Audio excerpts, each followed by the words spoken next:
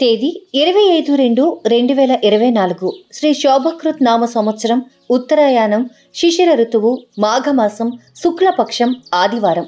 తిథి పాడ్యమి. రాత్రి 8:37 వరకు. నక్షత్రం పుబ్బ. రాత్రి 1:24 వరకు. వర్జ్యం ఉదయం 7:22 నుండి 9:10 వరకు. దుర్ముహూర్తం సాయంత్రం 4:34 నుండి 5:21 వరకు. శుభ సమయం సాయంత్రం 6:11 నుండి 7:59 వరకు.